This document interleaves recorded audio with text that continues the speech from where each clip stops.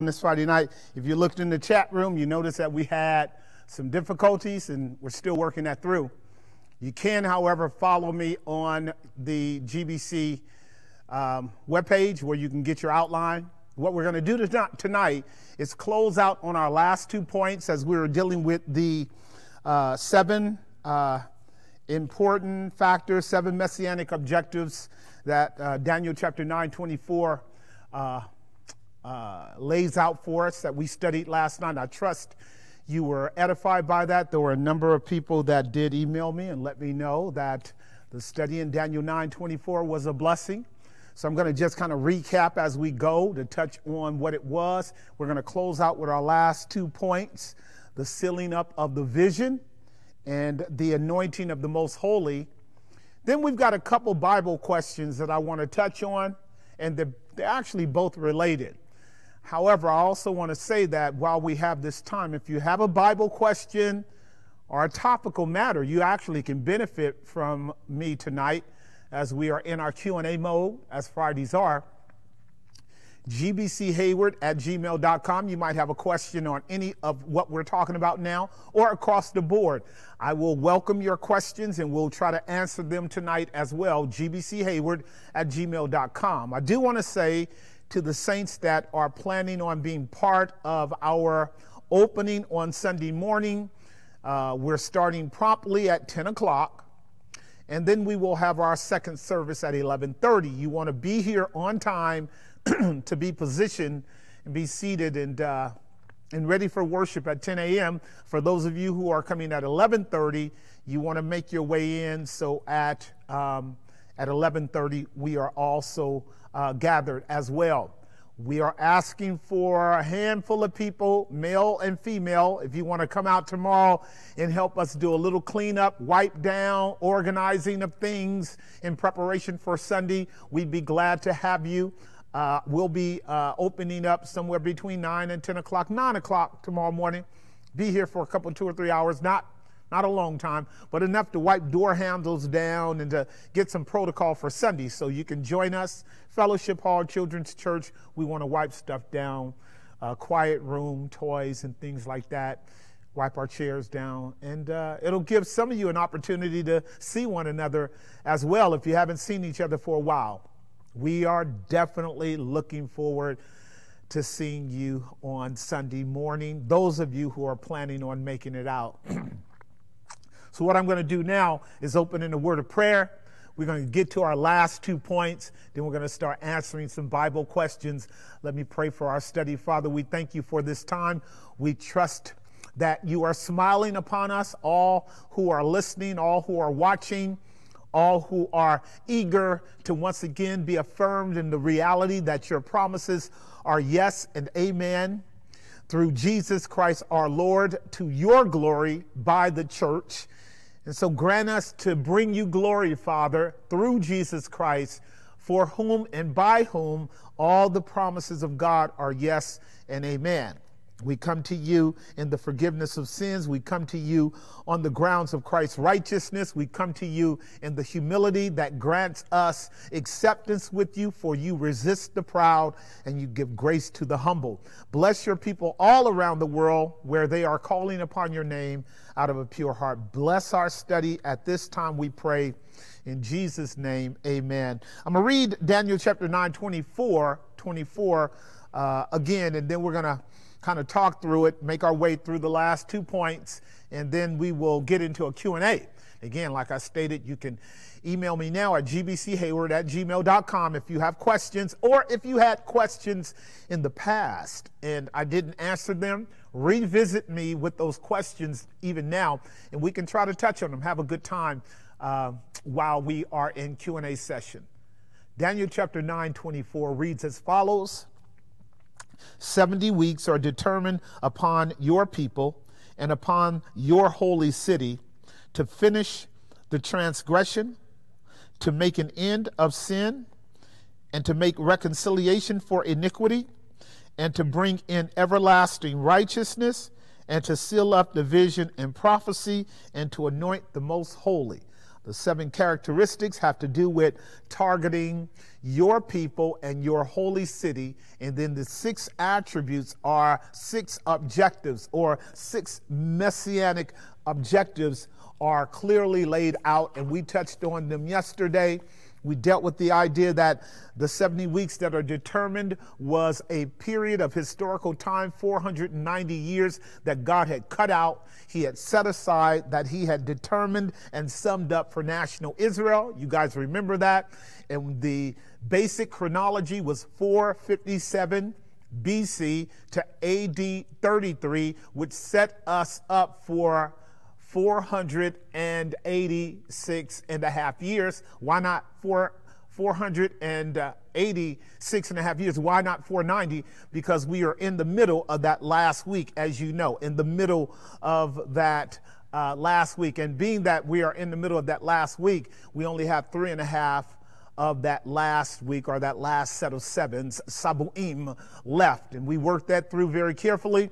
We also saw that to finish transgressions, if you guys remember, was to restrain or hold back the inclination and propensity of Israel's revolt and rebellion against God, to restrain it, that during the time between 457 BC and AD 33, there is still that history of Israel's attempt to break free from God's sovereign providence of governing them by the nations. The relentless attempt on the part of national Israel was to be autonomous. They lost their autonomy in AD 70, actually not AD 70, but 609 BC. They lost their autonomy beginning in 722 BC with the Assyrians. So we saw the Assyrians, the Babylonians, Medo-Persians, the Grecian, and the Roman Empire. God was checking Israel because guess what we learned? While they were in the promised land for over 400 years, they didn't know how to self-govern. They didn't walk within the parameters of God's covenant principles. They broke Sabbath over and over and over again. They worshiped other gods. They revolted against the sovereignty of Almighty God. Now, that's really important for you and I to capture, because even to this day, national Israel does not acknowledge that it revolted against its God. Still very secular, still very materialistic, still very hyper-intellectual. You know, the average Israelite or Jewish person that identifies with ancient Israel is not so religious, if you will. And even the religious sector is doing something that we as New Testament Christians would say is wrong. They are still observing the old covenant when the old covenant is done away, as we learned here even in Daniel chapter 9, verse 27. Sacrifices and offerings ceased in the middle of the week in AD 33 when Jesus hung on the cross in Nisan 14 and 15, which is the day of Passover and Sabbath. Friday evening is before the Sabbath. That Saturday was a Sabbath. It was also the Passover week in AD 33 when Jesus said to Telestai, "It is finished," which is the essence of our study here in Daniel 9, 24 through 27. Sacrifices and offerings officially ceased.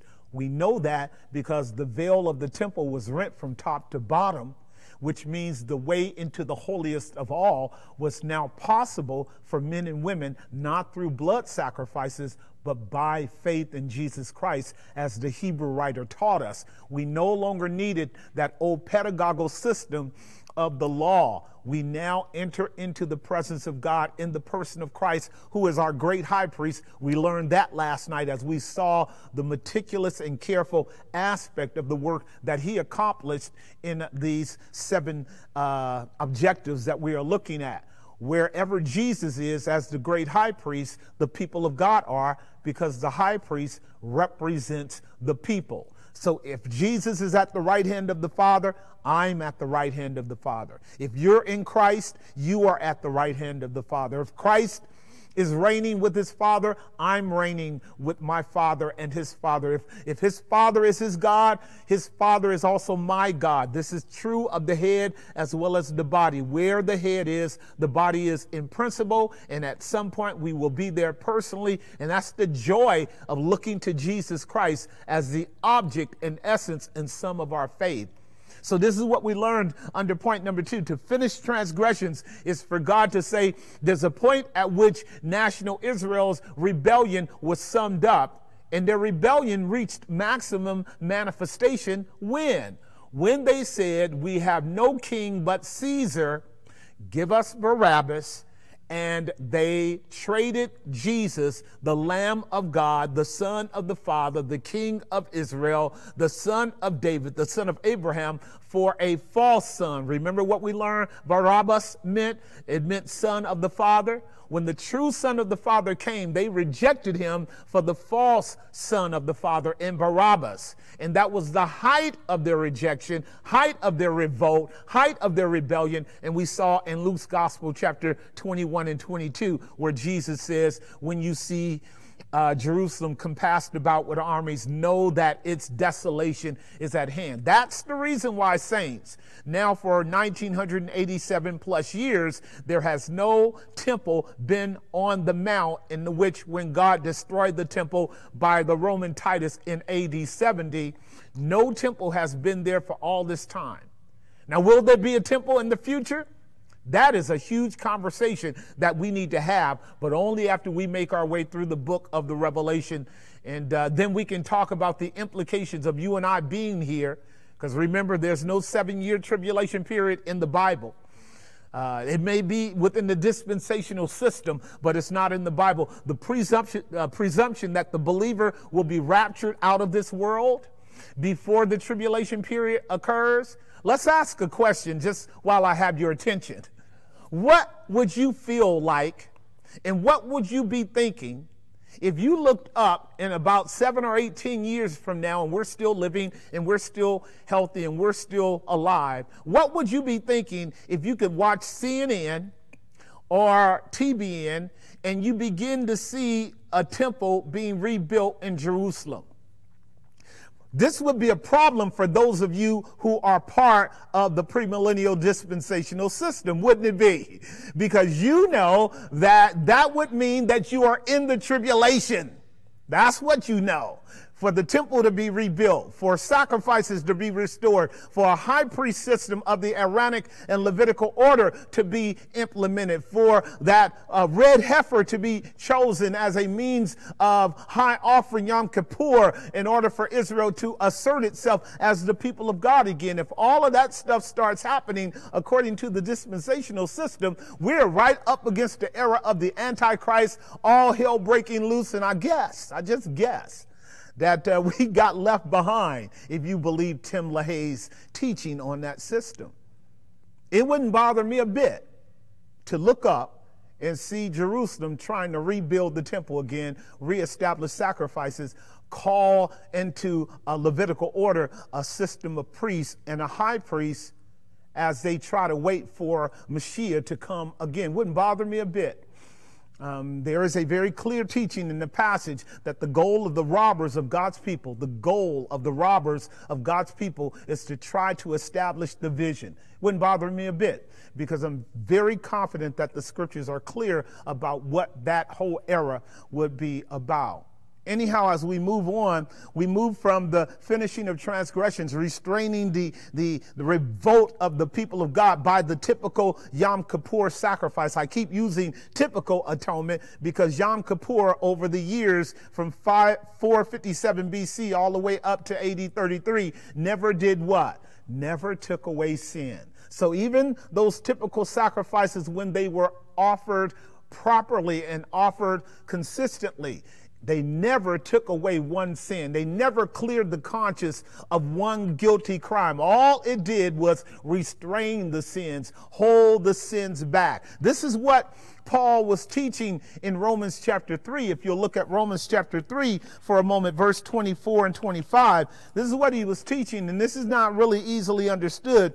by Christians. But what Paul said was, under the old covenant, sins were retained until God's proprietary lamb died on the cross and put away our sins. Notice what it says in Romans 3, verse 25, whom God has set forth, that's Christ, to be a propitiation through his blood, through faith in his blood. There it is. Access to the Father is by faith in the blood of Jesus. What does that mean? In the life of Jesus. The life is in the blood. It's not just the physical blood, but it's the blood representing the whole of his incarnation. Incarnate deity had to become a legitimate last Adam and representative for you and I in a perfect state of human obedience in order to be a sacrificial lamb. So when we say faith in his blood, we're not talking about faith in his hemoglobin. We're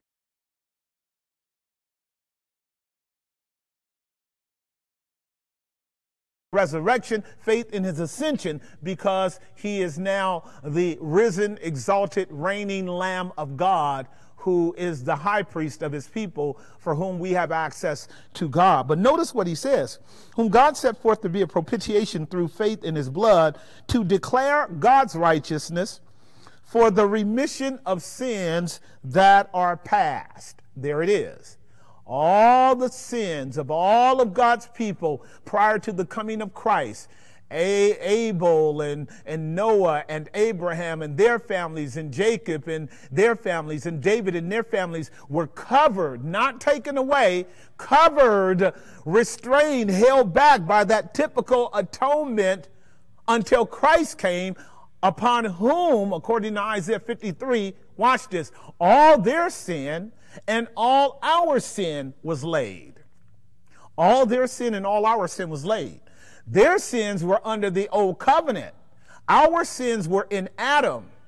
And so when Christ died, all their sins who were believers in Christ prior to his coming, and all our sins who are believers up to this present hour, have been put away by that one sacrifice, as we learn in Hebrews chapter 10, verse 12 and 14. All of our sins have been put away. We all, like sheep, had gone astray, and the Lord laid upon him the iniquity of us all, and by his stripes we are healed. And so only at one place, at one time, in one person, could sins be removed. So all of those sacrificial offerings in the Old Testament, by the old system, by the priests, by the Levites, for the people, never once put away sins, only restrained them, only held them back until they could be finished and taken away by Christ. That's what we see in point number 3, to make an end of sin, to make an end of sin. And remember what we learned that was? To put an end to sin offerings. So the rebellion was held in check. They did rebel all the way up to killing Jesus. But once the sin offerings were put away, the sin offerings represented that God now had accepted the one lamb who could pay for all the sin of all of his people, past, present, and what? Future. And then we move into point number 4, to effect reconciliation. What did we learn about that? We learned that reconciliation is the removal of the hostility, the removal of the offense, the removal of the guilt, the removal of the enmity, so that two parties who are at conflict now can be brought together. God reconciled us to himself, the Father, through the blood of Jesus Christ. And according to Romans 5:11, you can read that in your own time, we have now received the atonement. Literally in the Greek, it is the reconciliation, katalage. The reconciliation. We have received the reconciliation. In 2 Corinthians 5:18 through 21, we preach the message of reconciliation, to wit, God in Christ speaking to the world through the apostles, that we should be reconciled unto God. For he who knew no sin made him to be sin for us, in order that we might become the righteousness of God in Christ. And so reconciliation occurs by the person and work of Jesus Christ. This is what we see back in our text as well, Daniel 9, chapter 9, verse 24, and to make reconciliation for iniquity, and then to bring in everlasting righteousness. We saw that everlasting righteousness was really the obedience of Christ, the merits of Christ's obedience. Christ is the only righteous one. He was holy, harmless, undefiled, separate from sinners. No one could convince him of sin. He did no sin. He knew no sin. In him was no sin at all. And he is called the Lord's righteousness. And we believe him to be our righteousness according to 1 Corinthians 1:30. For of God are we in Christ, who of God has been made unto us redemption and sanctification and wisdom and righteousness. Righteousness. He is our righteousness. What we learned last night also was the idea of affecting reconciliation and then bringing in everlasting righteousness is that Christ brought this righteousness to the Father via the blood atoning work of himself, and all of that which is constituted righteousness represented not only the putting away of our sins, but the presentation of himself, the presentation of Christ's righteousness, and the presentation of his people. You and I were presented to the Father in the person of Christ. For remember, the union between the head and the body, the high priest and the body politic, is represented in Jesus, so that as Jesus stood before the Father and still stands there, we are present before the Father as well. Christ presents us before the Father positionally, holy and without blame and without blemish. And one day he's going to present us before himself and the Father personally when he is finished in this work of redemption that he is accomplishing presently through the world. That should be good news to you, that you have a high priest that ever lives to make intercession for you, for whom also in the eyes of the triune God, who sees the end from the beginning, you are already present before God in the person of Christ. That's a joyful consideration. That's a great comfort to the soul, that God has already provided eternal life for me. And not only that, he views me as impeccably, eternally, irrevocably righteous, because he views me righteous in Christ.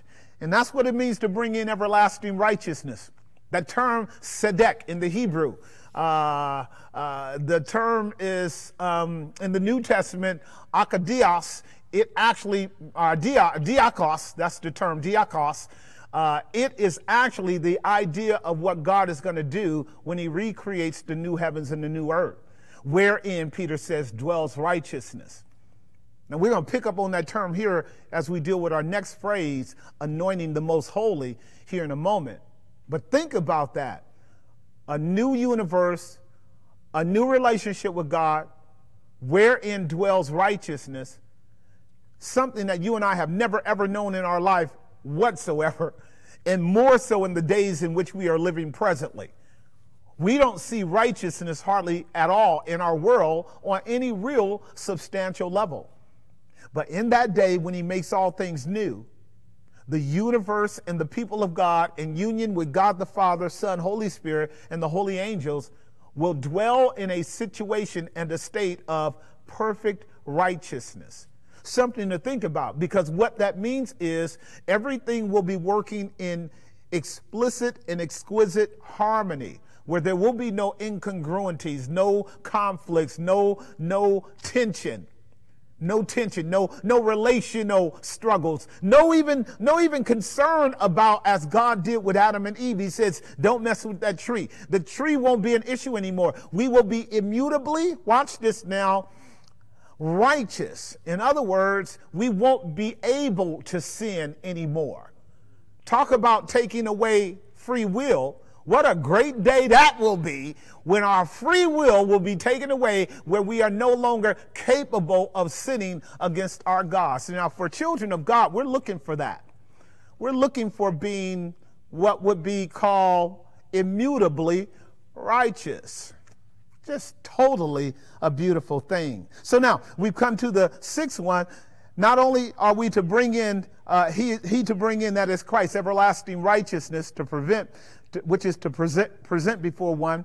Christ is the presenter. Christ's blood is the present. Christ brings in everlasting righteousness, and the believer is in that present. Y'all got that in the outline. Number 6. This is where I want us to pick up now in our study. Notice what it says after it deals with that 5th particular category. And to seal up the vision. And to seal up the vision. Daniel was told by Gabriel that when Christ comes, he's going to seal up the vision. Now, we already looked at that word sealed up, because that word sealed up had to do with restraining and holding back the transgressions, limiting it. And we rejoiced in the book of Job, where Job was able to admit that God has sealed up his transgressions, put them in a bag, if you will, to limit them and then to preserve them, to put them on Christ. What a great concept. What a great idea. What a great revelation to know that while I may be struggling with and battling with my sins, they have been sealed up and put in a bag and placed on Christ, so that God does not have to punish me for my sins in that sense anymore, since he's already done it in Christ. But here, remember, sealing up is the idea of marking something, claiming something, owning something, preserving something. But here's another way to understand sealing up: limiting. To seal something means to limit. I'm going to take us through a few verses to make sure that we knock that down. To seal something means to limit it as well. It means, in our subpoint in your outline, to seal up the vision, to preserve, to keep, to fulfill, but it also means to limit. Very important concept. Look in your Bibles in the book of Nehemiah, chapter 9, verse 38. It describes that time that we've been dealing with from 457 BC to 445 BC. I'll be talking about those dates in one of our questions, where Nehemiah helps restore, if you will, the walls of Jerusalem, but he also played a major part with Ezra in restoring the people of God into their right identity as worshipers of God. And I got a question last night, really good question, that I might as well touch on here while I'm dealing with it. In Nehemiah chapter 9, verse 38, the priest whom he had to purge, discipline significantly, he had to deal with significantly, because many of them had married pagan wives, if you guys remember that account. And he did a radical thing, which is not generally done in Scripture, but was absolutely essential this time. And that was, he demanded that the Jewish people, the Judites and the Levites and those that served in Jerusalem, put away their wives and their children of the pagans that they had married when they were in Persia. Now why would God allow for such a radical event that would disturb children, disturb the wife, etc., etc.? Because the bloodline leading up to Jesus was required to remain consistent, and that those who served in the temple, as we're going to talk about tonight, about the anointing, had to be people who were consistently in compliance with the will and word and law and covenant of God. Remember, under that old covenant, God could still judge. He could still destroy. In fact, there was a time when God made it plain that the Levites were disinherited because of their rank apostasy and their rank rebellion as well. And he was going to raise up the Jacobites. You read this in the book of Jeremiah, a whole nother group of faithful sons to their dad to be priests unto God.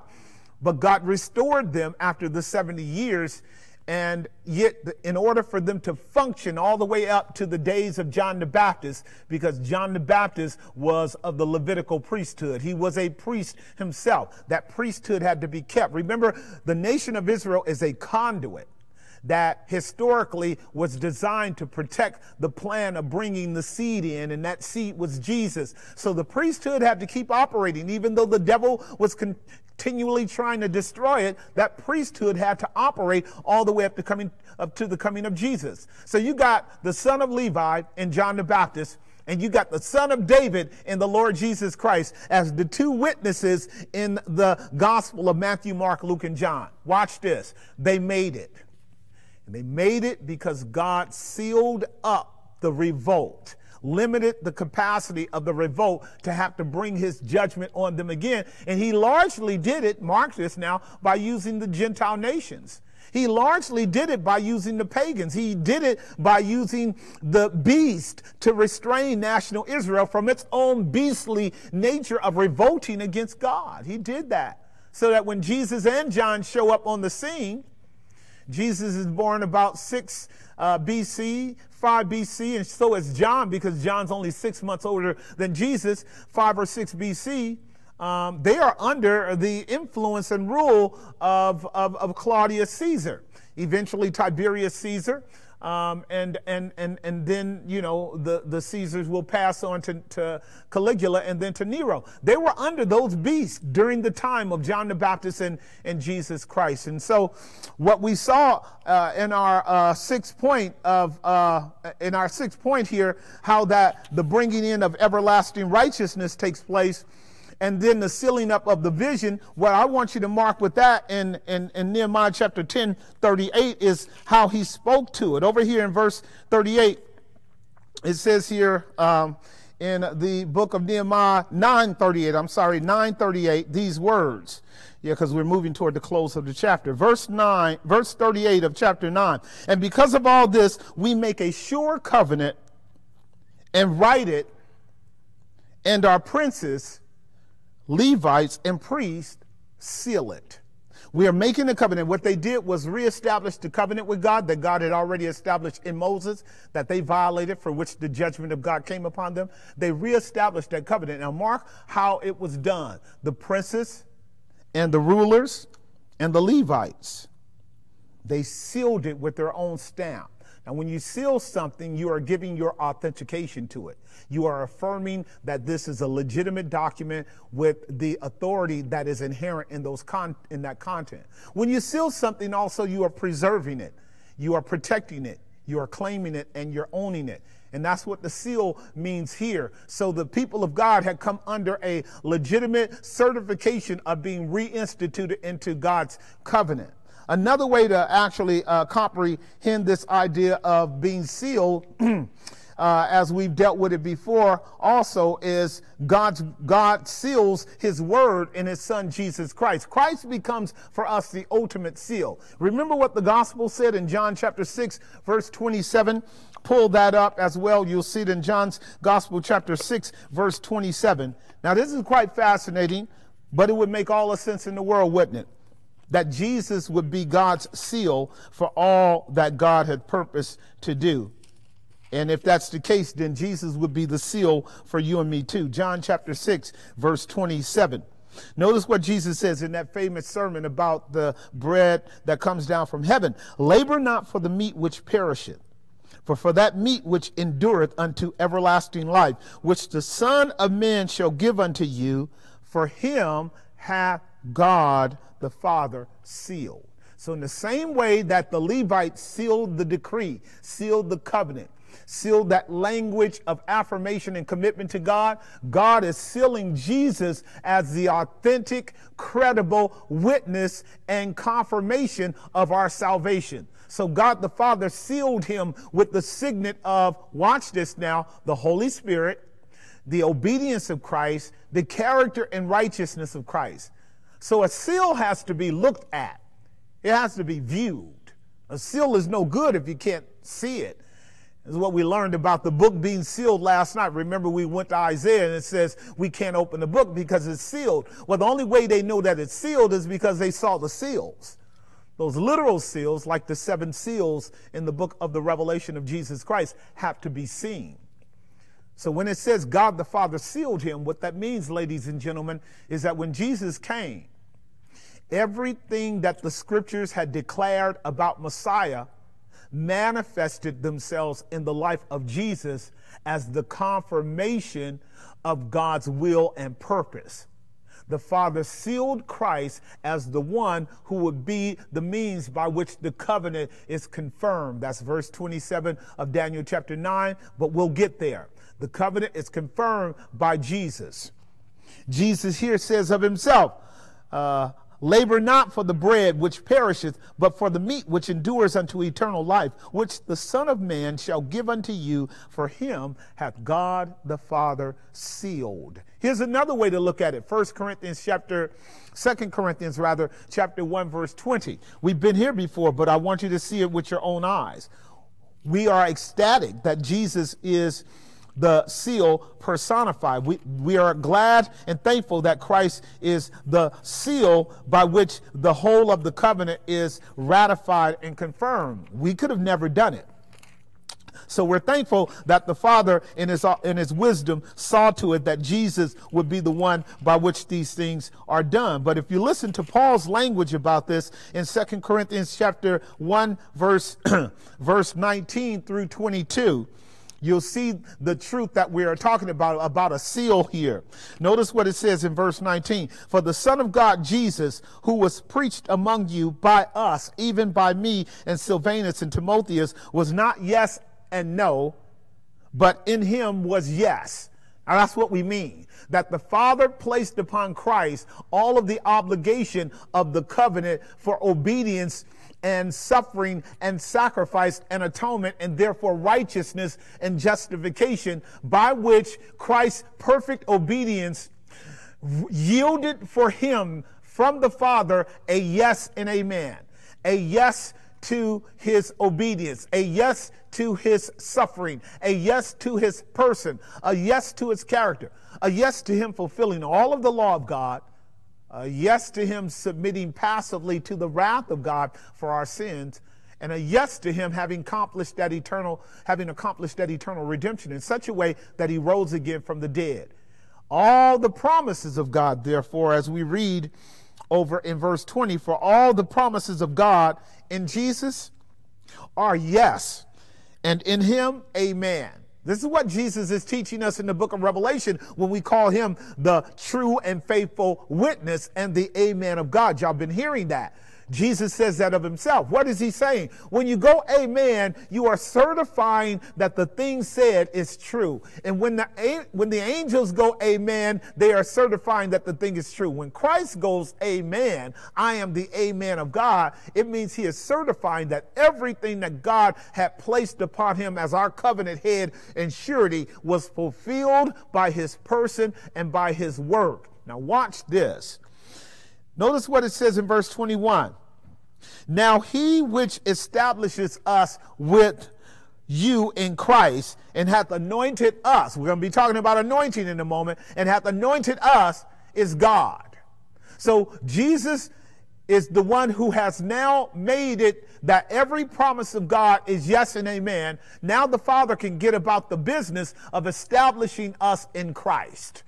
Why? Because Christ has now obtained eternal redemption. He has satisfied God's righteousness. He has merited for us the favor of God permanently and eternally. And now God can take his people from every place in the world and place them in Christ to establish them in Christ. And that's what the gospel does. It establishes us in Jesus Christ. This is a joyful thing. And yet it moves over into the anointing component, which has to do with the third person, which we'll get to in our text in a moment. But the sealing is a beautiful thing. And we actually see this sealing as well. The idea of sealing up the vision as well in the book of Daniel. If you will, go back to Daniel chapter 12, verse 9, because it talks about that. I want to make a very important contrast here. In Daniel chapter 12, verse 9, this is what it says about the seal. Sealing up the vision and the prophecy. I'm going to talk about prophecy and vision in a moment. But in Daniel chapter 12, verse 9, he says, and he said, go thy way, Daniel, for the words are closed up and sealed. The words are closed up and sealed till when? The time of the end. Now that's important, because what Daniel was being told by God through the angel is the book, the vision that Daniel saw, starting in chapter 7 all the way through chapter 12, was not to be a document opened up and shared with all the people from Daniel's time all the way up to the coming of Christ. It was to be sealed up until the coming of Christ. So what you and I are working through in the book of Daniel was basically sealed up to where it was not something that the people between that time in which Daniel is now receiving that revelation. And we could easily say that Daniel received this revelation about 522 BC, if you will. 522 BC, Daniel's receiving this revelation 70 years after the captivity. Daniel's receiving this revelation, and this revelation doesn't get fully opened up are significantly opened up until Christ dies on the cross. Once the covenant is confirmed, Jesus gives us the book of the Revelation, the last, watch this, testament and will and testament of God placed upon the whole of God's revelation. And once we enter into the book of Revelation, guess what the book of Revelation says? It says this very unique language over in the book of Revelation about this: sealing not the book. Do not seal up the book, for the time is at hand. I believe we can find that in the book of Revelation, chapter 22, if you will. Just want to show that to you. So on the one hand, Daniel is being told to seal the book up, but watch this. In Revelation chapter 22, you and I are being told not to seal the book and not to seal the prophecy. Verse 10, Revelation 22:10. Listen to it. And he said unto me, seal not the sayings of the prophecy of the book, for the time is at hand. I want to make a brief distinction between the two for you. In Daniel's day, once he received that revelation of 457 BC all the way to the crucifixion of Christ, Daniel 9:27a, and now Daniel would receive other revelation all the way up to the 12th chapter. But in that 12th chapter, once the visions are done, Daniel knows there's nothing to be said or explained or taught or illuminated upon to the people of God from 522 BC all the way until the Roman Empire era, the coming of Christ, the coming of John the Baptist, and ultimately the resurrection of Christ, and Christ giving the apocalypse to John. Now, I'll throw this caveat in as just something for you to consider. We're dealing with probably 3 critical dates after AD 70 or during AD 70. When we're talking about the apocalypse, are the book of the Revelation of Jesus Christ, that last book of which only in that last book it says in Revelation 22, verse 18, do not add to the words of the prophecy of this book, or else God will add to you the plagues written therein. Do not take away from the words of these books, or else God will take away your part from the tree of life. That means that God is serious about people adding to God's word, because that was his final revelation given to us in the highest authority with which he would give it, and that's his word. So any revelation coming after the book of the apocalypse is to be rejected as authoritative or coming from God as any kind of divine guidance. It would be tantamount to adding to God's word. So you and I have the whole revelation of God in the scriptures from Genesis to Revelation, and the apocalypse, the book of the revelation of Jesus, closes out the canon. We have no greater authority than the word of God. All you and I want the word of God to do now, watch this, is be unsealed. And that's what we have been enjoying for several weeks now while we have been in a cover for shelter.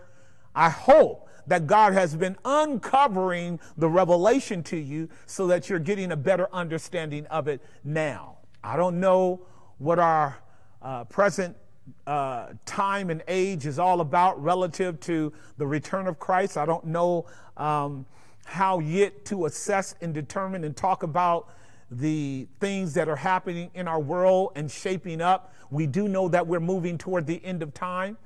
But I'm not sure how to actually begin to grapple with or communicate to you anything other than your job and mine is to continue to be disciplined enough to study God's word so our ears can be opened up to the ways of God and his providence. Make sure that we have such a hunger and study for God's word that we are able to engage in study with him by his spirit so that he feeds us, so that we have discernment of the times. Discernment, but not presumption. You and I don't want to be presuming that we can talk about how near we are to Christ's return. That would be foolish, and historically we have proven, the church has proven that has been disastrous, to take our eyes off of Christ and to be trapped by the assumption that we can now start setting a date for his return. That's completely unnecessary and completely irrelevant.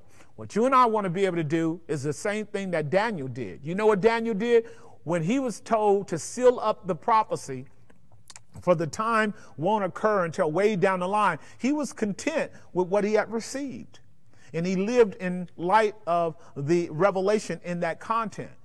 And you and I want to live in light of the revelation of this content. The word of God is rich and pregnant with prophetic implications that all it requires is an exposition of this word by the Spirit of God to our souls to show us within the riches of the treasures of the wisdom and knowledge of Christ where we are on the trajectory of history. Whenever God wants to make it clear to us, he can open the word of God up in such an abundant way, watch this now, that we won't be arguing about eschatology. We won't be trapped by our views on how the eschatological framework is actually truly working out. How do we know this? Because God has given us clarity on the gospel. He's given us clarity on who Jesus is. He's given us clarity on what salvation is by faith through grace in Christ alone, apart from works. He's given us clarity on justification. He's given us clarity on sanctification. He's given us clarity on union with Jesus Christ and fellowship with the Spirit. Watch this. He's given us clarity on the persons of the Godhead. We can adequately and sufficiently from the Word of God teach who God is in his triune persons. He's given us clarity on the Father, Son, and the Holy Spirit in terms of their distinct persons and their unity of being as one God. He's given us great clarity on that. The church has declared it, taught it, fought over it, and established it now for several hundreds of years. Some, again, 1900 years, or let's say more, 1500 years since the 4th and 5th century. But we've had clarity on that. We've had clarity on a lot of things. We've got clarity on the gifts of the Spirit. We've got clarity on the application of the Word of God to the people of God. We got clarity on church polity and ecclesiology. We've got clarity on a lot of things. We can walk in a great deal of unity if we walk in those things that we're clear on. And where we're not clear, it might just be that the Holy Spirit is keeping us obscuredly blinded. Remember, the secret things belong unto God, but the things which he has revealed unto us are for us and our children, that we should obey them. And if we should get to a time and era in which our life exists, 5 years, 10 years, 20 years from now, where God wants to clarify eschatology, you know what he's going to do? He's going to have our great thinkers and our great lovers of God working through all of the different eschatological frameworks, and the bad ones are going to collapse. And we're going to have great clarity in the scriptures as to what are the detailed events that are going to transpire right before the coming of Christ. However, please understand this, child of God. If the Lord Jesus Christ should break the heavens today, and we hear the trump sound and the call of God's elect to come up hither take place, there's nothing else that's required for that to happen on our part of the equation, but for Christ to do it. Now, on the part of God's purpose, that is the mystery of his will and purpose being accomplished in this world, we have no idea what that's about. There are, I would imagine, billions and billions of things that God is doing intricately and meticulously in our world that correspond to his secret will. And every day that you and I exist means that God has not finished what he wanted to do. For when God finishes it, there's no reason for him to wait. Like the book of Revelation says, time is at hand. Time is no more. The mystery is finished. We can move forward with God busting the heavens and manifesting himself in the person of Christ with his great army to put a final subduing upon the wicked and the enemy and establishing eternal righteousness in a new heavens and a new earth. We can see that coming one day. But until then, you and I are called to occupy. And what does that mean? It means worship God. It means learn of God. It means to submit before him. It means to grow in grace and in the knowledge of the Lord.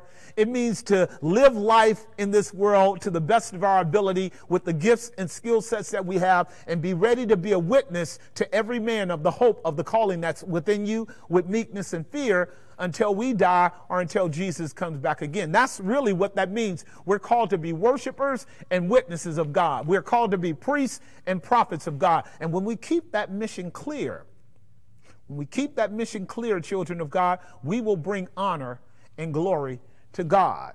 So this is what is meant by the sealing up and the vision. Notice what it says, sealing up the vision and the prophecy. What is that? The vision and the prophecy are two sides of the same coin.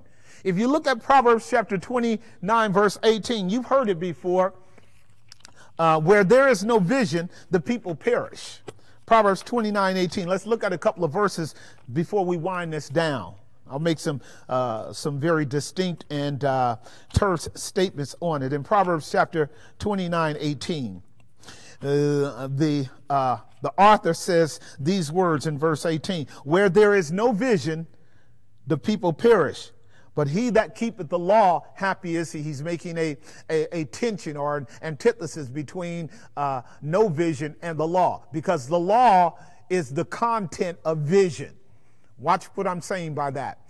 The law is the content of vision. Whenever you and I are obedient to God's covenant law, as Israel was called to be, they could be sure that they would have prophets that would speak into their lives and give them great clarity on the providential workings of God. But where there's disobedience to God, then the only thing that God can do is with his prophets become lawyers to warn the children of Israel of impending doom, of which they could not see because they were walking in disobedience. So when it says where there is no vision, the people perish, where we don't have clarity on what God is doing, we are in danger of destruction. Here's another way to look at it. Go to Isaiah chapter 1, verse 1. Isaiah uses the language of vision when it comes to the word of God. And again, that's the idea. We'll distinguish that in a moment, but we want to look at these verses to lock them in. Notice what it says in Isaiah 1, verse 1. "The vision of Isaiah, the son of Amos, which he saw concerning Judah and Jerusalem in the days of Uzziah, Jotham, Ahaz, Hezekiah, and kings of Judah." That's the vision that he saw. Now notice what it says in chapter 2, verse 1. I love this. He says, "The word that Isaiah, the son of Amos, what? Saw concerning Judah and Jerusalem." So on the one hand, he saw a vision. On the other hand, he saw a word. Why? Because the content of the vision is word. The content of the vision is word. Now, you can have a vision. Watch this now. And that vision will have the word as its content. But you can have a word and that word not necessarily be vision. In other words, we have the word here.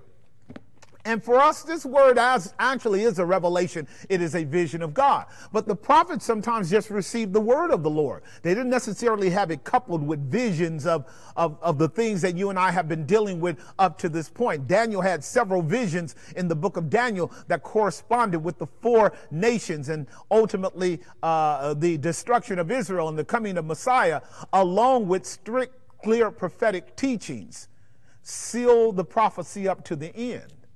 So the word is the vision and the vision is the word, and that's what's being sealed up in Daniel's day and was loosed in Christ's day.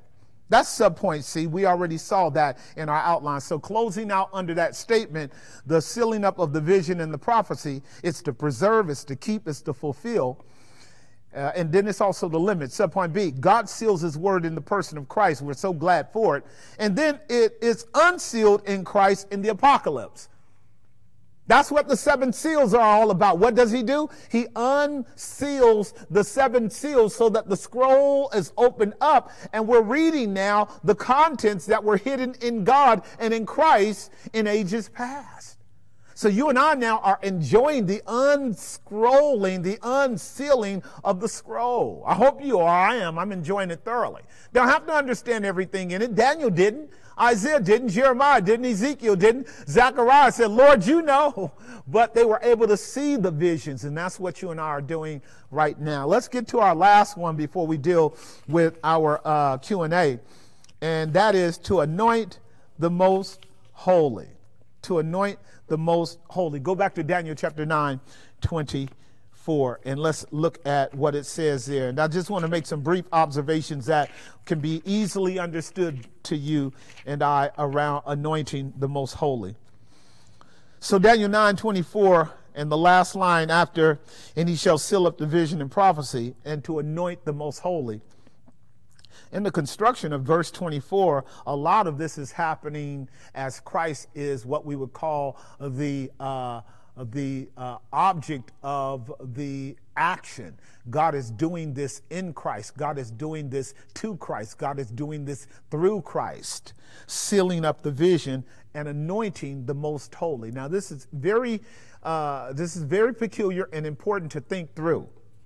There are 2 fundamental interpretations that are given for Daniel chapter 9, 24 through 27, if you're listening. Two fundamental interpretations. One is a Jewish interpretation that has nothing to do with Jesus. So all of that stuff I talked about in verse 24 last night, except the historical stuff that I talked about when I talked about the going forth of the commandment in 457 BC by Artaxerxes, as is clarified in Ezra chapter 7, verse 10 through 14. Once we get into the application of the sealing up of the transgressions and the retaining of sins and the establishing of everlasting righteousness and the sealing up of the vision and the anointing of the most holy, for the Jewish interpreter, this didn't wait until AD 33. This happened when the temple was rebuilt. And this happened when the high priest was anointed sometime thereafter. I think some might interpret Joshua in the book of Ezra as the high priest, as we read in the book of Zechariah chapter 3. Others interpret other high priests down the line somewhere around the time of Antiochus Epiphanes, around 191 to 163 BC. But they certainly don't tie Daniel 9:24, many of the Jewish interpreters, to Messiah the Prince here. A few have alleged that Daniel 9:24 through 27, because we're dealing with Daniel 9:24, that verse 27, which says, "And he shall confirm the covenant with many for 1 week, and in the middle of the week shall he cause sacrifices and the oblation to cease." A few interpret that eschatologically. That verse 27 will apply to the Messiah that will come in the latter days for the Jewish people. And this is where I told you that premillennial dispensational theology is really rooted in Jewish eschatology.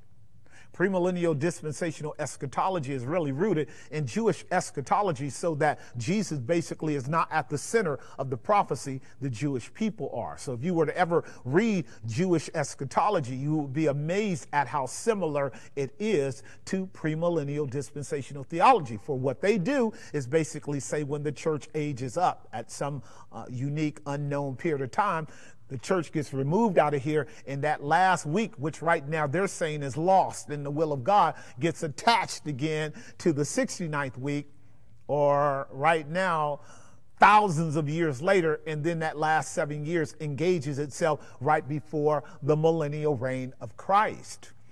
But all of that vision, according to the dispensational system, is nothing but Jewish eschatology of a Jewish-centered, Jerusalem-centered, Israel-centered, temple-centered, high priest-centered, sacrificial system-centered system that basically shrinks Jesus down to almost nothing.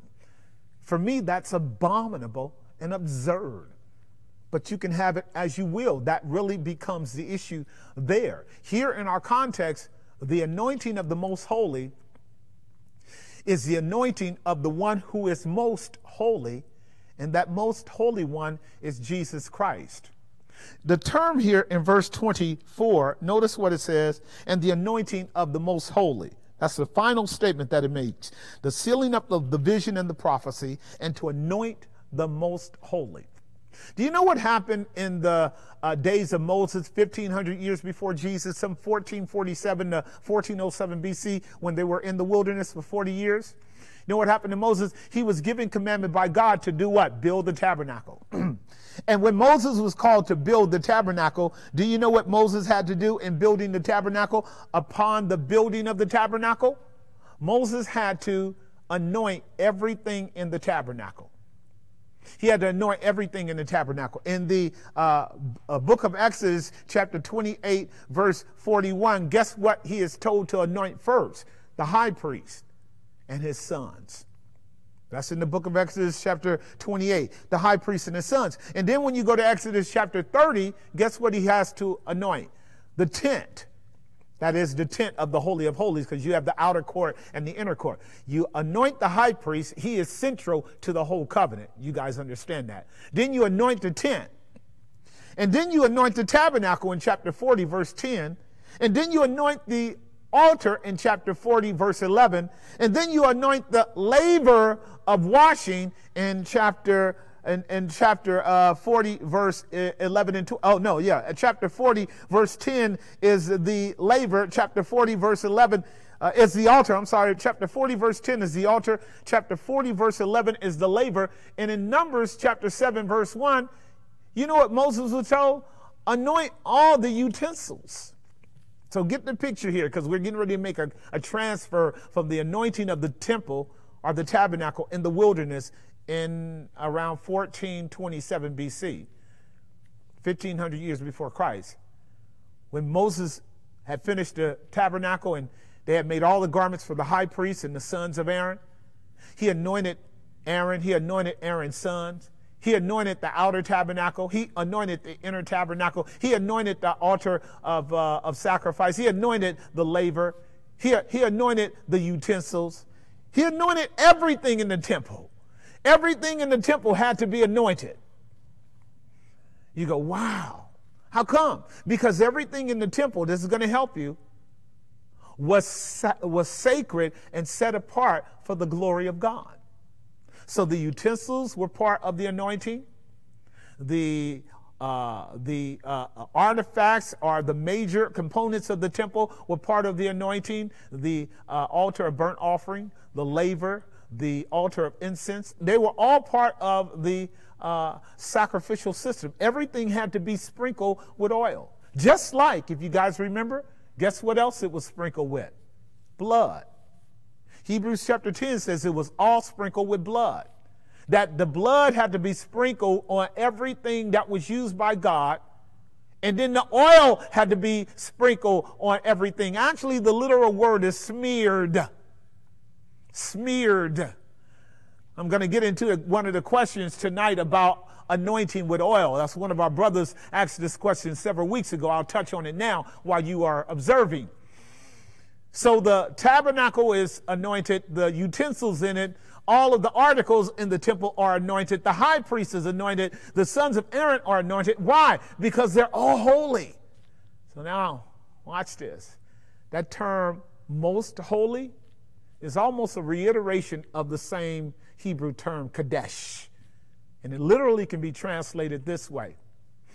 And to anoint the holy holies. And to anoint the holy holies. It's almost a reiteration. In God's mind, everything that's set apart to God is holy. Now, if that's true in the Old Testament, how much more so is it true in the New Testament? So let's actually talk about the anointing of the Holy of Holies in the New Testament. It's in your outline as we deal with it. When was the most holy in the New Testament Christocentric sense anointed? When was Jesus, who is the epitome of the temple, he is the epitome of the high priest, he's the epitome of the sacrificial system, he's the epitome of cleansing with the laver, he's the epitome of intercessory prayer with the altar of incense. He's the epitome of the menorah, that he's the light of the world. He's the epitome of the bread of life, the showbread that the menorah shows and manifests and reveals and points to as the bread of life for us. He's the epitome of the curtain, the veil of the curtain, his human nature, which had to be rent. He's the epitome of the Ark of the Covenant and the lid upon which the blood was poured. He's the epitome of the law book inside. He's the epitome of the manna in the golden pot inside. He's the epitome of the rod of Aaron that budded, that manifested Aaron as God's chosen high priest, typical of Jesus Christ. Jesus Christ is the temple in all of its proper fullness in revelation. So, when was Jesus, who represents all these things, anointed? At his baptism. Remember, we said 457 BC, all the way to AD 29, so that in AD 29, his cousin John the Baptist does what? Baptizes Jesus in the River Jordan, Matthew chapter 3, around verse 13 through 17. John didn't want to do it. Remember what Jesus says? In order for us to fulfill all righteousness, suffice it to be so. Suffice it to be so. And John baptizes him. And immediately when John baptizes him, what happens? The heavens open up. The Father says, this is my beloved Son. That's called confirmation and sealing. And the third person comes down in the form of a dove and rests permanently on Jesus Christ. That's called the anointing. This is the word Mashiach. Mashiach, the anointed one. The Hebrew term for anointing is Masah. Masah. The Hebrew word for holy one or holy things or holy is Kadesh. Mashiach, anointing. Kadesh, the holy, or Kadesh, the holy. Mashiach, the one who is Messiah. He is the Christ in the New Testament. The Father anointed him with the Holy Ghost. This is how Peter put it in around Acts chapter 10:42. And God, who had anointed Jesus Christ, so he went about doing good and healing and preaching the gospel and raising the dead and all of those sorts of things, is what we call the anointing. And the anointing of Christ then, according to your outline, subpoint A, is at his baptism. And then subpoint B, when did the next major anointing take place? The next major anointing took place on Pentecost in the book of Acts, chapter 2, when the Spirit of God was poured out. Remember what Jesus says? Tarry ye here until you be endued from on high with the Holy Spirit, which is the promise of the Father. So stay with me now. The head, Jesus was anointed at his baptism. Then he was crucified. His blood was shed. The water came out, the blood. They were witnesses of his death. The blood and the water. This is he who came by blood and water and blood. He was anointed, did ministry. Not only is the head anointed, but now the body is anointed. At Pentecost, the Holy Ghost comes down, anoints that whole 120 in the upper room, 12 times 10. That is 12 representing government, 10 representing fullness. And they were the nucleus of the New Testament church, men and women. And then the 17 nations coming along to bear witness, watch this now, of both the seal and the anointing, because the seal at that time was evidenced by them speaking in the languages of all those 17 nations. How hear we every man speaking in our own language the wonderful works of God. So when you see an anointing, when you observe an anointing, what you're observing is a union between the anointed and the anointer. God the Father does the anointing. The agency of the anointing is the Holy Ghost. The object of the anointing in the first sense is Jesus. He is the Messiah. He is the anointed one. And then the church, they are anointed with the Holy Spirit. So from Acts chapter 2, verse 1, all the way through the book, you see the work of the anointing of the Spirit of Christ in the life of the apostles, in the life of the early church. And that anointing has been working all the way up to this hour. The ministry of the third person, who is the Spirit of God, is the one who does the anointing. We just saw that. I need you to see it again. 2 Corinthians chapter 1, verse 22. I want you to see it. So Jesus is anointed at his baptism. The early church is anointed by the Spirit of God, baptized into union with Jesus Christ as the body of Christ, and therefore now set aside by that anointing for service to God, very much like the Old Testament tabernacle and the priesthood. And notice what it says in 2 Corinthians chapter 1, verse 21 and 22. You've heard this. Now he which establishes us with you in Christ, that's the Father, and hath anointed us, is God. I'm going to repeat this thought, and then we're going to answer one, I think there's one more question, unless you guys have some questions for me. The anointing that we're talking about in Daniel chapter 9:24 is talking about the anointing of Jesus, represented by the anointing of the tabernacle in the wilderness. When you read Exodus 28 all the way through 40, Moses is anointing everything. But Moses has also sprinkled everything with blood. So now the sprinkling of blood talks about what? The death of Christ, the atonement of Christ, the shedding of his blood by which our sins are purged. You and I have been sprinkled by the blood from a guilty conscience, from an evil conscience, Hebrews chapter 10, verse 19 through 22. That we draw near to God out of a pure heart, with our conscience sprinkled, with our hearts sprinkled from an evil conscience. We draw nigh to God. Because the sprinkling of the blood of Christ is done in conjunction with the anointing of the Spirit of God that reveals to you and I that our sins have been put away, that we are right with God, that there's peace between us and God. And not only is there peace between us and God in terms of what we talked about earlier, that reconciliation has been made. But now that God has reconciled us, guess what else he has done? He's called us into the service. We're priests and we're prophets.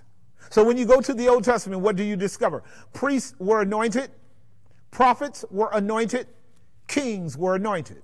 Jesus is prophet, priest, and king, and we are prophets, priests, and kings with Jesus, are we not? Absolutely. That's what John says in the opening of the book of the Revelation. Look at Revelation chapter 1, 3, and 4 to affirm this. Before we get ready to wrap this up, we got about 10 minutes before our class ends.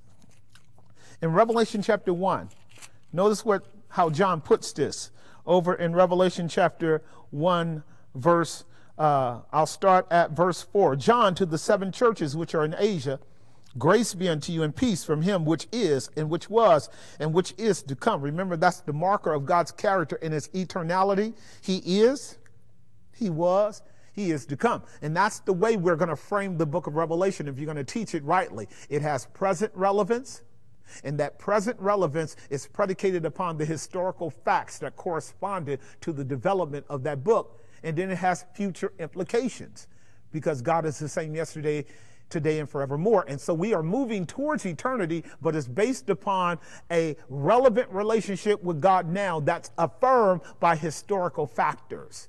The God of yesterday is the God of today and the God of tomorrow. Now watch what he says. And from the 7 spirits which are before his thrones, we've dealt with that significantly. The number of 7, the number of perfection, his universality in terms of his role in the world today, the 7-fold Spirit of God. Nothing occurs, nothing gets done apart from the Spirit of God. You and I are not saved. We are not illuminated. We're not taught. We're not educated. We don't grow in grace. We don't grow in the knowledge of the Lord. We don't grow in a passion and a hunger for God. We don't grow to discover our giftedness. We don't grow to apply our giftedness. We don't apply it, and we don't see the fruit of that giftedness apart from the anointing. Please hear what I'm saying. When God anoints something, he sets it aside and then he qualifies it to be a means of advancing his glory. So when we talk about the tabernacle, it becomes a manifestation in all of its shine. You take the oil and you smear it on. That's what the word means, to smear. To anoint is to smear. And God smeared Christ with the Spirit of God without measure, as we know. And he smears every one of his elect. He smears it. You ashy anyway. You must be smeared by the Spirit of God. Smeared with the Spirit of God. Smeared with the anointing so that you and I now, in a spiritual sense, are qualified to serve with God and by God and God through us as a witness to the world. Smeared by the anointing of the Spirit of the living God. You remember that process, how God worked that out in your life? It's not an accident that some of us are serving the true and the living God as the heartbeat of our soul. It's not an accident that we believe the gospel, we love the gospel, we enjoy the gospel, we share the gospel. It's not an accident that the church is living up to this present hour, effectively witnessing to the world. It's not an accident that in this dark, crazy, wicked world in which you and I live, that the ministry of the gospel is still going forth and illuminating minds and quickening men and women and drawing them to Christ and grounding them in him and building them up in the most holy faith. And it's not an accident that you and I are called to a life of prayer and service before God. That's not an accident. That's not a man-made thing. The only people who think like that are people who have never, ever experienced the anointing. Now, if you've never experienced the anointing, you have no idea what it's like to be governed by omnipotence, by the power of God, being able to keep your mind stayed on Christ. If you've never been anointed, you do not know what it means to have a passion to know God in the fullness of all of his attributes and glory, and promises. If you've never been anointed, you don't know what it means to be in the cold and to find your heart hungering and thirsting for God, and then for God to draw you back into the center of the warmth and the glow of the flame of his person, which is the grounds of our communion with him. You don't know that if you haven't been anointed. This is why it's stated in Zechariah 4:6, it's not by power nor by might, but by my spirit, saith the Lord. And this is why Jesus made it very plain in John chapter 6, around verse 63. The flesh profits nothing. It's the spirit that quickens. The flesh profits nothing. God knows that a human being, a mere sinful, weak, impotent, selfish human being, can do nothing for God. That unless God comes along and smears them, not in their body, not on their literal face, but in their soul, smear them with the anointing so as to bring about in their soul a healing. This brings us to the question, one of the questions. I'm going to answer two questions. This is short, the other one's a little bit longer. The first question is given to us in James chapter 5, and it's along these very same lines. A brother asked us a while back in James chapter 5, so what about anointing with oil? That's a typical question, like one of a gazillion Sunday school questions that are asked. James chapter 5 puts it this way, starting at verse 13. Is any among you afflicted? Let him pray. Is any merry? Let him sing psalms. Is any sick among you?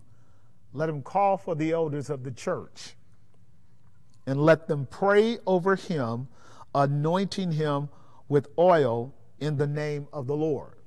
So we have here a description and a prescription of some of the early church's model of dealing with believers when they are sick.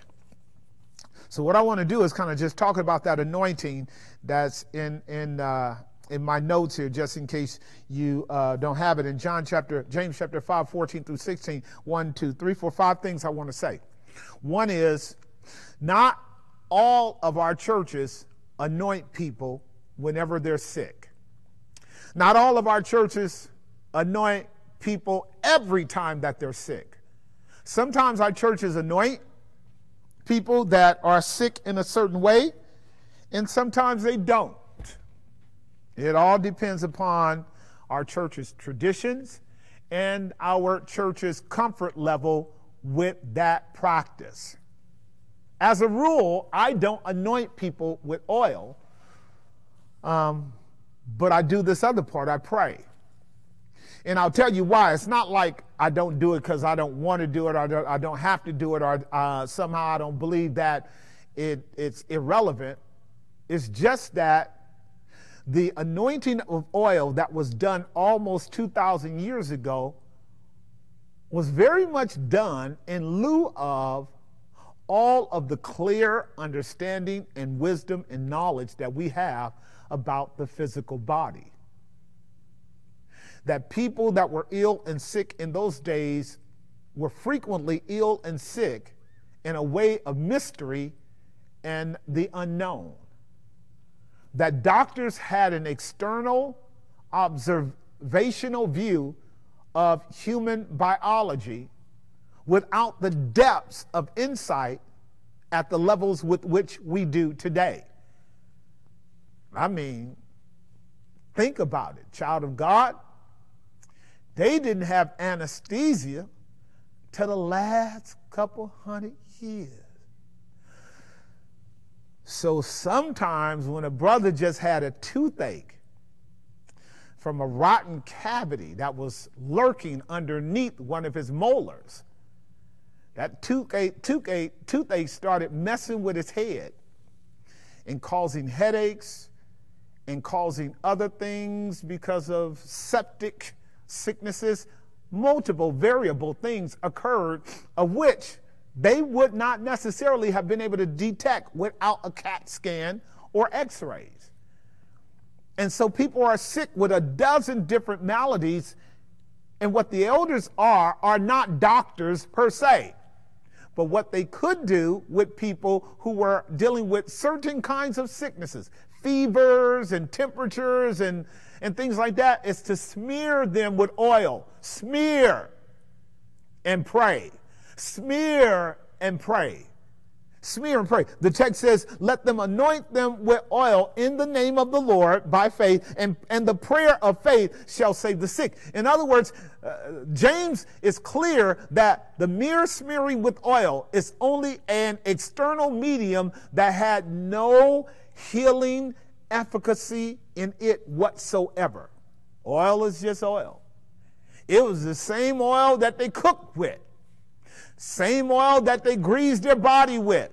It's the same oil that they prayed to God and used and rubbed the body. But even doctors know today that there is a benefit on an emotional, psychological, and even a physiological level when we touch each other and rub each other when we're not feeling good, when we're not comfortable. There is a psychosomatic benefit to the rub, unless you are so sick that you can't be touched and shouldn't be touched. See what I mean? That on a practical level, everything is not answered by somebody touching you. Therefore, in the Gospels, you don't find Jesus wasn't going around with a bunch of oil everywhere he went. You don't find him, where the oil at? Every time somebody got sick. He never used that medium. You don't find the apostles always saying, where the oil at? And the reason why is it was only used very sparsely under certain circumstances that allowed for the benefit, one, of the ignorance of the culture and for the comfort of the believer. I would put oil on an older saint that's about ready to die and pass on to glory if they requested it. I wouldn't put oil on a saint if they were struggling with radical cancer running through their body and the doctor basically saying they only have 3 weeks to go. Because the oil is not going to do anything for them. I don't mix categories up like that. I'm not that ignorant. I don't have to do that. The oil is a medium.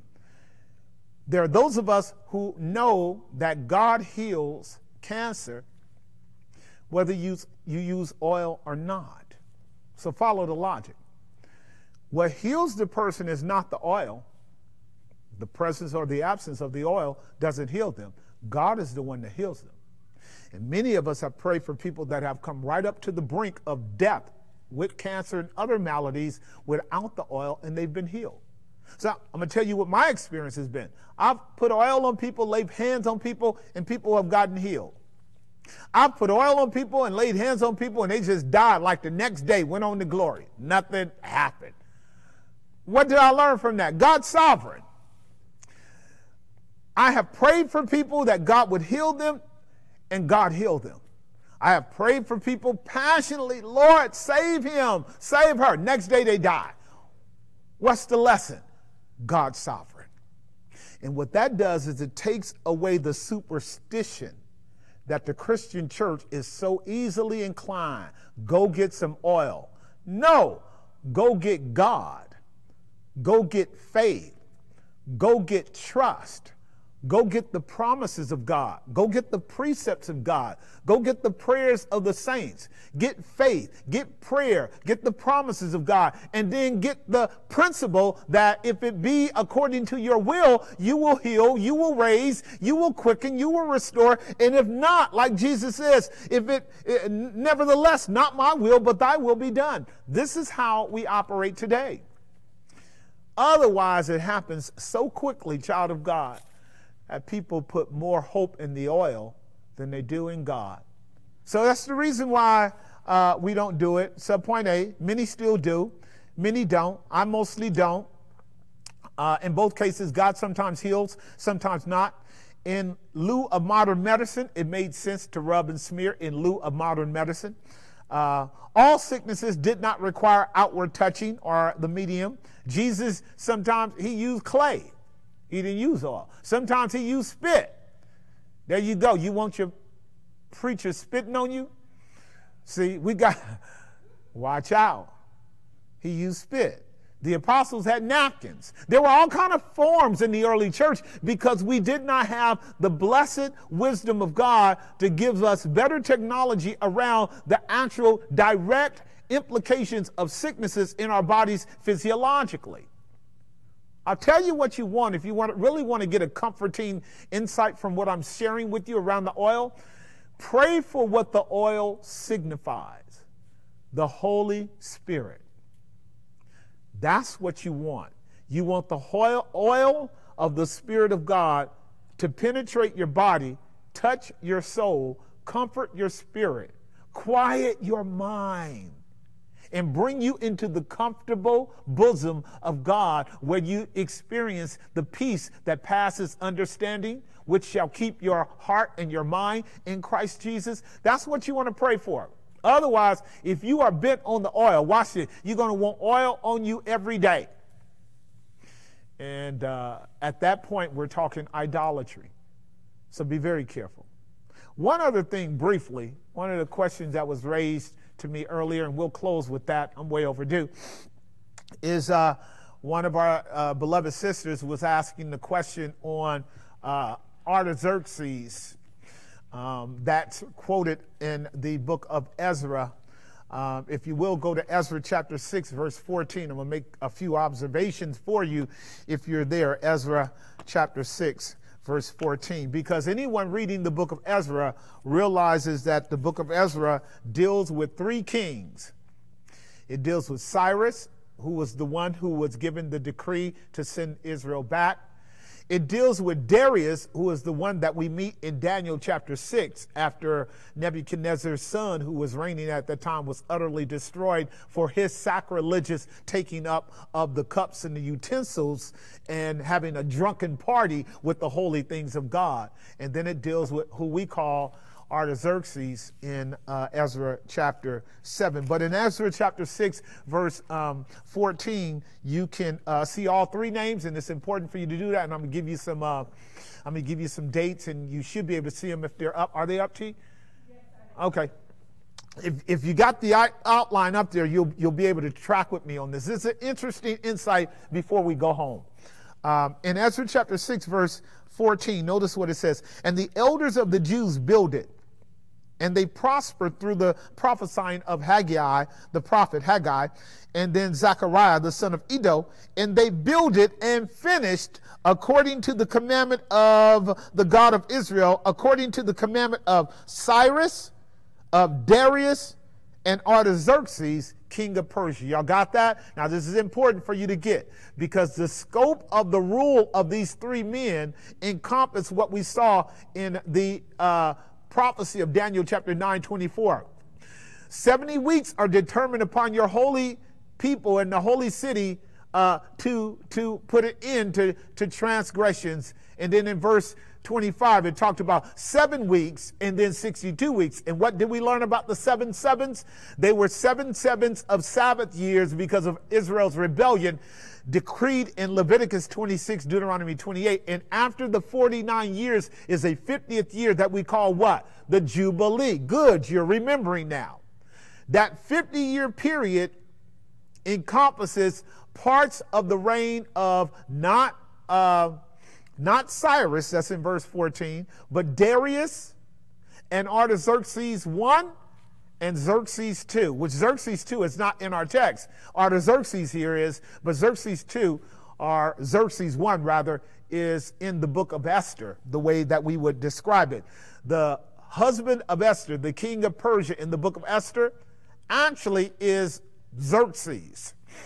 He would be in the space between Cyrus, Darius, and Artaxerxes. What that would mean, just for those of you who are still with me, the book of Esther chronologically would go before the book of Nehemiah. So you technically would have Ezra, Esther, and Nehemiah. That's how the chronological order would be set. I think it's that way in the Jewish Bible, by the way. So here in our text, though, we have 3 kings. And in your outline, here's the way I want you to line it up. Chapter 6, verse 14, all 3 are mentioned. In your outline, it says Cyrus is mentioned in chapter 1, verse 1, but he's also mentioned here. His rule was from 559 BC to 530 BC. In 538 BC, Cyrus gave the decree.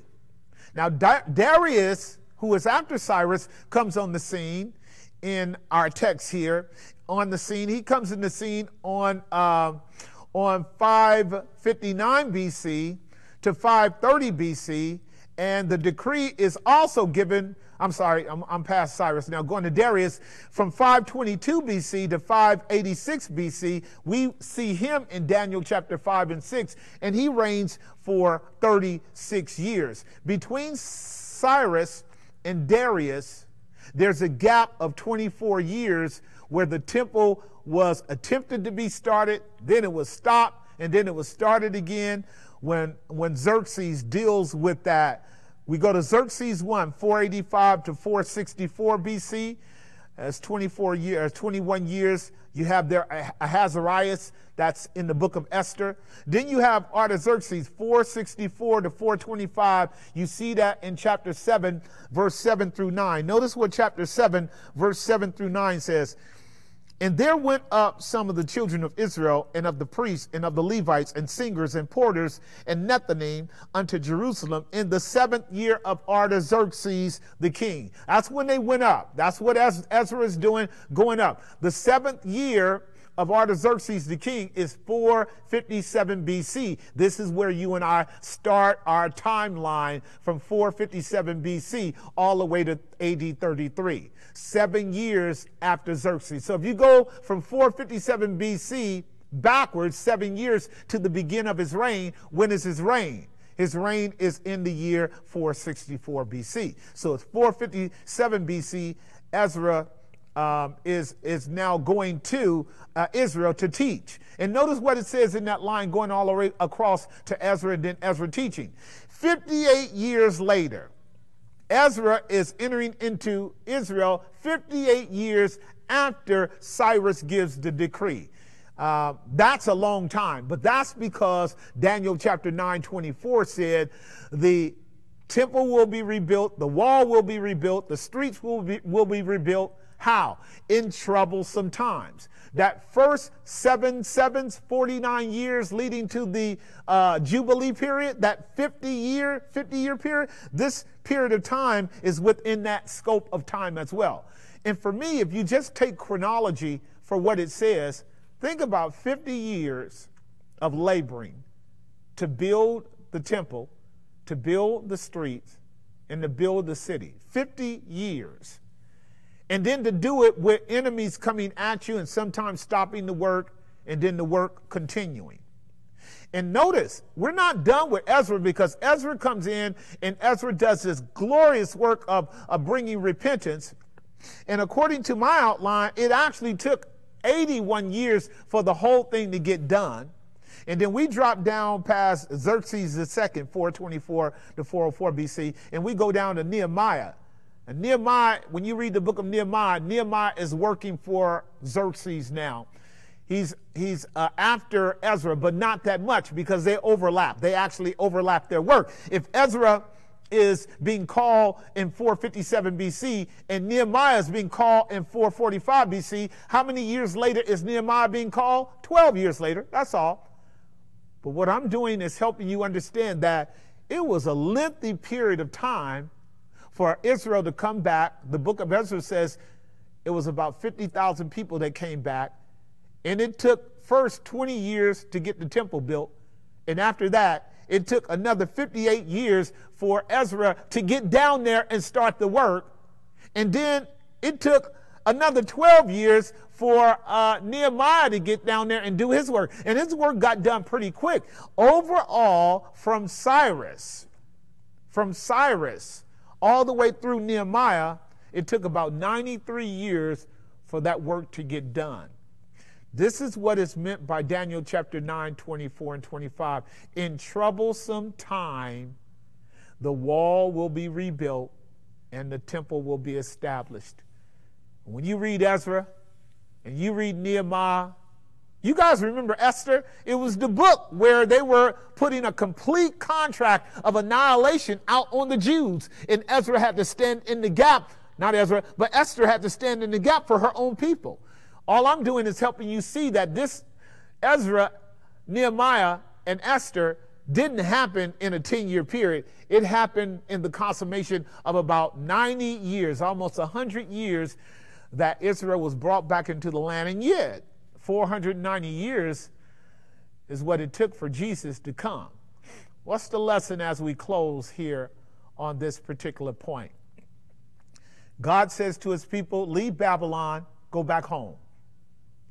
God says to his people, go to work. God's people start going to work and the enemy comes after them fiercely. Okay, what? In the world, you're going to have what? Trouble. Be of good cheer. I've overcome the world.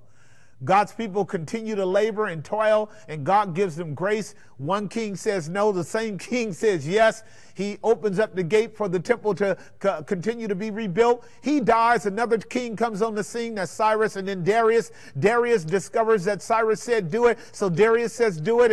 And then after Darius, Artaxerxes, and finally Artaxerxes helps Ezra get the whole thing done. And then not only Ezra, but Nehemiah. So Nehemiah gets to curry the favor from the king as well. And Nehemiah builds the walls of Jerusalem to protect the city from enemies that are without. All this took almost 100 years to do. You know what the Bible says about your God and mine?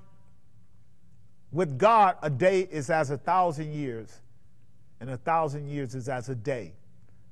Like God is not in a hurry to get his will done. But what he is urgent about is you and I getting about the will of God.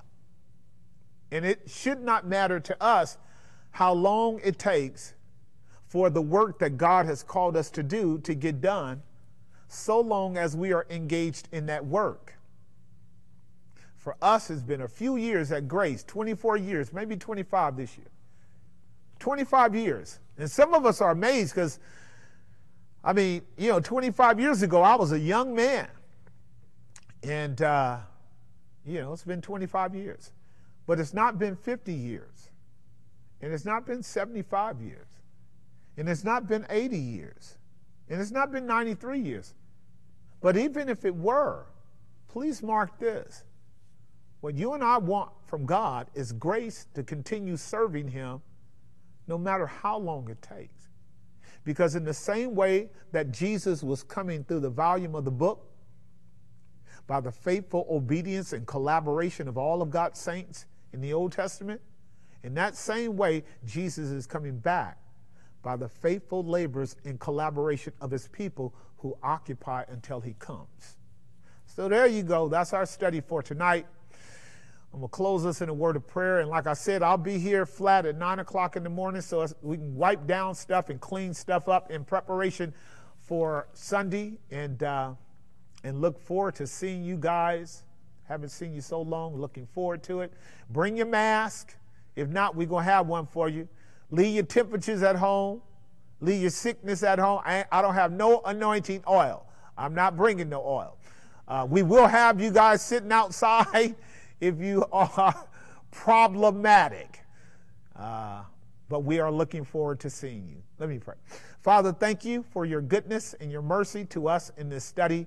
Thank you for teaching us more in some of these very difficult passages about your son Jesus. Thank you for your spirit that smears his presence and his power and his passion for your son all over our hearts and our minds, in our thoughts and our actions, and he has qualified us and quickened us to love you and to pursue you and to know you and understand you and to serve you. And I'm praying that you would smear, Holy Ghost, yourself all over your people everywhere who are in need of a quickening, in need of strengthening, in need of uplifting, in need of a revelation, in need of forgiveness, in need of repentance, in need of restoration, in need of clarification. We're praying for an anointing, a smearing of your spirit in our lives for healing physically, healing spiritually, healing emotionally, healing psychologically, healing relationally, healing in all the ways in which you have promised to bless your people